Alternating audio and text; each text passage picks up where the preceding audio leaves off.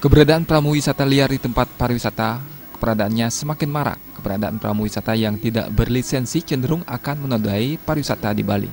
Pramu wisata liar cenderung memberikan informasi yang menyimpang. Ketua Himpunan Pariwisata Indonesia Sang Putu Subaya menjelaskan, penataan terhadap pramu wisata perlu dilakukan. Selain penataan, setiap wisatawan juga harus diingatkan dengan keberadaan pramu wisata yang berlisensi, sehingga wisatawan memperoleh informasi yang benar terhadap objek wisata yang dikunjungi. Yang liar-liar itu setiap di luar negeri itu saya lihat di satu objek wisata ada satu pelang begini, apakah Anda sudah diantar oleh guide yang berlisensi gitu.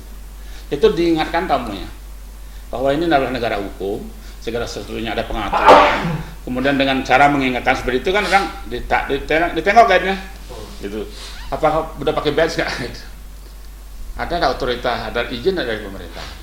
Kan di sini kan nggak ada orang dari mana di jalan sana, ayo besok full day tour with me, kan bisa saja. Inilah masih perlu penataan lebih bagus menurut saya ya, karena banyaknya kepentingan, banyaknya rezeki, ya, setiap orang ingin menghasilkan. Ya, pariwisata itu kayak dari pasar ya, guide, ya supir, ya pegawai hotel, ya pegawai restoran, ya seniman, tukang patung, tukang tari, ya. Semua ingin mendapatkan kue pariwisata. Prawisata liar hendaknya mendapat tindakan tegas sehingga Bali sebagai daerah tujuan wisata dunia dapat terus dipertahankan. Agung Ria dan Agus Sudiatmike, Bali TV.